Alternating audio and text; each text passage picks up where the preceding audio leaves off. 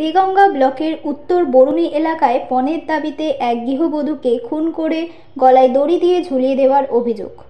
অভিযুক্ত মিতার স্বামী, শ্বশুর, শাশুড়ি এবং ননদের বিরুদ্ধে রবিবার রাত 10টা নাগাদ দেগঙ্গা থানার লিখিত অভিযোগের দায়। অভিযোগ পেয়ে তদন্ত শুরু করে পুলিশ। পুলিশ সূত্রে খবর, মিতার নাম বিপাশা সুলতানা, বয়স 23 বছর। পুলিশ মৃতদেহটি ময়নাতদন্তের জন্য বারাসাত জেলা হসপিটালের মর্গে পাঠিয়েছে। অভিযোগকারী মৃত গৃহবধূর বাবার দাবি,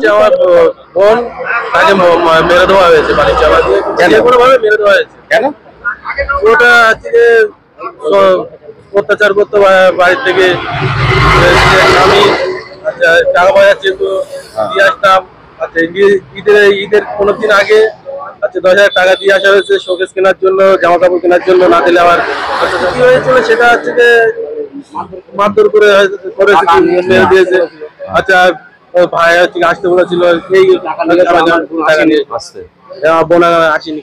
ঘটনাটা মেয়েকে বিয়ে দিয়ে পর্যন্ত ওকে অত্যাচার করতো, যখন তখন মানে বিয়ের সময় পর্যন্ত দেওয়া হয়েছে। এবারে তাছাড়াও যখন তখন বলতো যে 10,000 20,000 টাকা।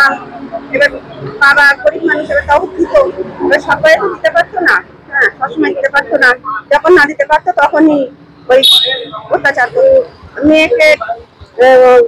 মানে শ্বশুর, শাশুড়ি, জামাই, শ্বশুর, শাশুড়ি আর ননদ, ওরা মানে 4 জন মিলে মানে মেরে গলায় দড়ি দিয়ে টাঙিয়ে। আমাদের অভিযোগ তো মেয়েটাকে অত্যাচার করতো। মানে কঠোর, মানে এমন পরিমাণে শাস্তি দেবেন, মানে কঠোর শাস্তি হোক ওদের।